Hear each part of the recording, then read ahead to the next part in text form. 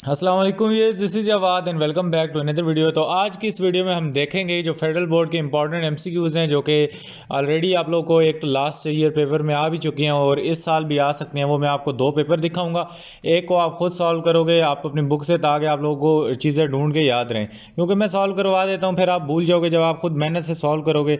मैं इनका सोल्यूशन बाद में लेके आने वाला हूँ। तो चलो वीडियो को स्टार्ट करते हैं। चैनल पर नए हो तो सब्सक्राइब कर लो, क्योंकि अब फेडरल बोर्ड की 9, 10 first year second year related important videos आने वाली हैं, बहुत ज़्यादा वाली हैं।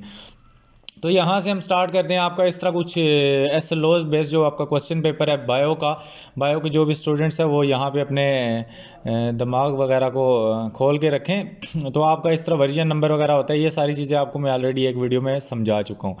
तो इस तरह का आपका पेपर आएगा, जिसमें आप लोगों ने क्या काम करना होगा, एमसीक्यूज हल करने होंगे और सेक्शन है आप लोगों को पता है कि कंपलसरी है। एमसीक्यूज से स्टार्ट करते हैं। जो हमारे पास फर्स्ट एमसीक्यूज है, टाइम आपके पास 15 मिनट होता है और 12 एमसीक्यूज होते हैं, इसलिए आपने पहले एमसीक्यूज को पढ़ना है और फिर आपने फॉर एग्जांपल आपको सही लग रहा है तो आप उस पर एक अंदर डॉट लगा दो। पूरा बेशक फिल ना करो, बजाय पहले पेंसिल से फिल करते हो फिर आप पेन करते हो, तो इस तरह आपका टाइम ख़त्म हो गया तो वो छीन के ले जाएंगे। और पेंसिल वाला आपको पता है मशीन चेक नहीं करती, क्योंकि अभी ये ई शीट से इसको मशीन चेक करती है, तो वो इस पर लेज़र जब मारती है तो पेंसिल वाली चीज़ को रीड नहीं करेगी। फर्स्ट एमसीक्यूज की तरफ जाते हैं। वो कहता है कि when a biological researcher worker you are studying markhor. वो कहता है being a biological researcher worker, आप लोग किस चीज़ को स्टडी कर रहे हैं, मार्खोर को। विच branch of biology it will B, तो ये हमारे पास डेफिनेटली जानवरों से रिलेटेड कोई भी चीज़ है तो दिस विल बी जूलॉजी। तो आप किसकी स्टडी कर रहे हैं, जूलॉजी की स्टडी कर रहे हैं। इसमें हमारे पास एनिमल्स की स्टडी आती है। और उर्दू वाला कोई है तो बायोलॉजी की रिसर्च के तौर पर आप मार्खोर का मुताला कर रहे हैं, तो ये बायोलॉजी की कौन सी ब्रांच है, इट इज़ ज़ूलॉजी।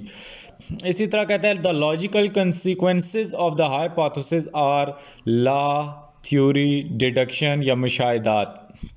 अच्छा, हमारे पास इसमें डिडक्शन करेक्ट ऑप्शन है, क्योंकि हम एक चीज़ को क्या करते हैं, डिड्यूस करते हैं। लॉजिकल कंसिक्वेंसेस हमारे पास हमेशा क्या होते हैं, हाइपोथेसिस के क्या होते हैं, डिडक्शंस होते हैं। इसी तरह कहते हैं all of these characteristic of are the fungi except cell wall is made of cellulose. उनका जो सेल वॉल होता है ये सेलुलोज से बना होता है, ये उसकी करेक्टरिस्टिक नहीं है, बाकी उसकी सारी की सारी करेक्टरिस्टिक्स हैं। इसी तरह एमसीक्यूज नंबर 4 में कहता है कि single membrane bounded by organelle having strong digestive enzymes are, ये हमारे पास लाइसोसोम्स, क्रोमोसोम्स, न्यूक्लियोसोम्स या राइबोसोम। तो इसमें हमारे पास करेक्ट जो चीज़ है वो है लाइसोसोम्स। इसी तरह वो बोलता है कि when an animal cell is placed in hypertonic solution, hypertonic solution में जब किया जाता है तो वहाँ पे हमारे पास cell become rigid, cell become turgid या सेल विल श्रिंक। तो हमारे पास सेल क्या होता है, श्रिंक हो जाता है, सिकुड़ जाता है। इसी तरह हमारे पास कहते हैं if a plant cell loss its Golgi apparatus its dash process will be affected, its cytokinesis effect will be affected. ये हमारे पास इसका ये वाला प्रोसेस क्या होता है, अफेक्ट हो जाता है। इसी तरह हमारे पास कहता है कि which graph show the temperature effect rate of enzyme. तो ये आपकी बुक पे बना हुआ है, दिस इज द ग्राफ। ये जो हमारे पास ग्राफ है जिसमें हमारे पास थोड़ी कर्व इस तरह जा रही है, ये वाला हमारे पास ग्राफ है। आपने इसको लास्ट ग्राफ के साथ कंफ्यूज नहीं करना, हमारे पास इसका ऑप्शन नंबर बी है। इसी तरह मज़ीद आगे चलें तो हमें कहता है कि इफ़ यू आर कहता है कि if you are ADP, if you have ADP inorganic phosphate of 10 kcal energy, how you want to make an ADP, how much energy will be surplus. तो हमारे पास कितनी एनर्जी सरप्लस होती है, तो 2.7 kcal है, आपकी बुक में ये है। इसके बाद कहते हैं choose the correct pair of deficiency of vitamin disease. तो हमारे पास विटामिन डिजीज़ में जो करेक्ट पेयर है, विटामिन ए से कहते हैं स्कर्वे होता है, विटामिन सी से नाइट ब्लाइंडनेस, नहीं ऐसा गलत है। विटामिन डी से रिकेट की बीमारी होती है, ये हमारे पास दोनों का करेक्ट पेयर है। फिर आपको कहता है कि when we eat the liver cow और goat which food component we will obtain. तो जब भी हम ये चीज़ें खाते हैं तो हमारे पास ग्लाइकोलेजन आता है, इट इज़ ग्लाइकोलेजन। उसके बाद कहते हैं renal artery of the person is damage during an accident, which organ will more affected. Definitely हमारे पास जो किडनीज हैं उसकी that will be more affected, बजाय कि हमारे पास दिल, स्टमक वगैरह अफेक्ट हो। उसके बाद कहते हैं ऑल ऑफ दीज ये जो हमारे पास ल्यूकोसाइट्स हैं, all of these are leucocytes except, हमारे पास ये जो थ्रोम्बोसाइट्स हैं ये हमारे पास क्या है, थ्रोम्बोसाइटिस्ट, ये हमारे पास ल्यूकोटॉक्स नहीं है। तो ये थी हमारी पेपर नंबर ए। तो आप लोगों ने इसको इस तरह सॉल्व करना है। नीचे भी आपको एक रोल नंबर का अगर ऑप्शन मिलता है तो आपने इसको फिल करना है। तो ये हमारा था लास्ट ईयर का पेपर और इसमें तकरीबन एसएलओज बेस्ड एमसीक्यूज़ हैं, 2-3 आपको यहाँ बुक से आएंगे और तकरीबन यहाँ पे ज़्यादातर अगर बुक का आपने थ्योरी पढ़ी है तो ये सारी बुक की थ्योरी से हमारे पास ये एमसीक्यूज़ आते हैं। आप इनका यहाँ से स्क्रीनशॉट ले सकते हो, इनको देख सकते हो। अभी मैं एक आपको अनसीन पेपर दिखाता हूं जो कि आपने एमसीक्यूज पेपर इससे पहले नहीं देखा होगा। उसको मैं एक दो एमसीक्यूज उसके मैंने सॉल्व किए हैं, लेकिन बाकी इस वजह से नहीं किए ताकि आप लोग इस पर खुद सोल्यूशन करो, क्योंकि जब तक आप खुद नहीं करोगे तो आप उसको सीखोगे नहीं।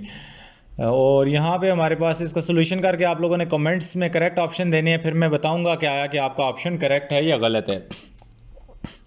यहाँ पे भी सेम हमारे पास इंस्ट्रक्शंस हैं कि सेक्शन ए कंपलसरी है और आपने लेड पेंसिल का इस्तेमाल क्या करना है नहीं करना, ये नीचे नोट लिखा होता है, इसको आप लोग यहाँ से ही पढ़ लो ताकि आपके सामने जब पेपर आए तो आपको ये चीज़ें पढ़ने की ज़रूरत ना पड़े। अच्छा, इसके एमसीक्यूज़ इंपॉर्टेंट एमसीक्यूज़ हैं, आपको ये 2023 के पेपर में भी इसमें से कोई ना कोई एमसीक्यूज़ आ सकते हैं जो मैंने लास्ट पेपर डिस्कस किया। और this paper is very very important, इसको मैंने इसी वजह से सॉल्व भी नहीं किया ताकि आप लोग इसको खुद सॉल्व करो और आप लोग इससे फ़ायदा उठा सको। बाद में मैं इसका सोल्यूशन शेयर करूंगा, मैं आप लोगों से इस चीज़ का प्रॉमिस करता हूं। और इसका हमारे पास जो ऑब्जेक्टिव है उसका भी तकरीबन, और जो सब्जेक्टिव है वो उसका भी सोल्यूशन मैं इसके साथ शेयर कर दूंगा। लेकिन फ़िलहाल आप लोगों ने इसको खुद ढूंढ के करना है और मैं देखूंगा कि नीचे सबसे पहले कमेंट्स में कौन इसको सॉल्व करता है। और आप लोगों की डेफिनेटली अभी तक साल तकरीबन गुजर गया, आप लोगों को ये चीज़ें आनी चाहिए। ये आप लोगों का अपना टेस्ट होगा कि आप किस स्टेज पे खड़े हो अगर बोर्ड का पेपर आपके पास आ जाता है। इसमें कहता है being a biological researcher worker you are studying the brassica campestris.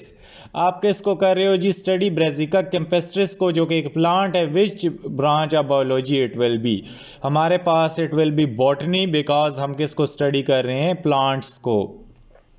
Second में कहता है कि द टेंटेटिव, ये जो हमारे पास the tentative statement that may prove to be the answer of scientific problem is called hypothesis. ये ना तो हमारे पास लॉ होता है ना डिडक्शन, पहले आपने जो चीज़ें देखनी नहीं होती हैं। उसके बाद थर्ड नंबर एमसीक्यूज में कहता है all of these are characteristic of algae. तो ये एलजी वाले चैप्टर नंबर 3 में आई थिंक सो बिल्कुल 3 चीज़ें खसूसियात हैं और चौथी है ही नहीं, तो ये आप लोगों को आराम से वहाँ से मिल जाएगा। इनके पास क्या चीज़ नहीं होती? They do not have multi cellular sex organs, उनके पास क्लोरोफिल नहीं होता क्लोरोप्लास्ट में, सेलुलोज नहीं होता अपने सेल वाल्स में, या यूनिसेलुलर, कॉलोनियल और सिंपल मल्टी सेलुलर ऑर्गेनिज्म होते हैं। इनमें से आपने कौन सा कैरेक्टरिस्टिक नहीं है, नहीं वाला आपने बताना है। तो ये आप लोगों का होमवर्क है, आप लोगों ने इसको क्या काम करना है, खुद से सॉल्व करना है कि इसमें इसका करेक्ट ऑप्शन क्या आता है। फिर आपने सीक्वेंस वाइज 1 2 3 लिख के आगे उसका जवाब ABCD लिखने हैं। ये पहले वाला A है, दूसरा BCD, तो आपने कमेंट्स में लिखना है। साथ में पहले ये पीछे नंबर मेंशन करने हैं, कौन सा नंबर का आप जवाब दे रहे हो, साथ में ये फॉर एग्जांपल आपको किसी एक का भी आता है इन दरमियान में से, तो बाकी नहीं भी आते आप उसका भी जवाब दे सकते हो। इसी तरह मैं बाद में शेयर भी आप लोगों के साथ कर दूंगा। और बाय द वे आप लोगों ने ये खुद करने। The network of channels that extend from plasma membrane to nuclear envelope is called. हमारे पास एक नेटवर्क है, चैनल्स, नेटवर्क ऑफ चैनल्स है जो कि एक्सटेंड होता है कहाँ से?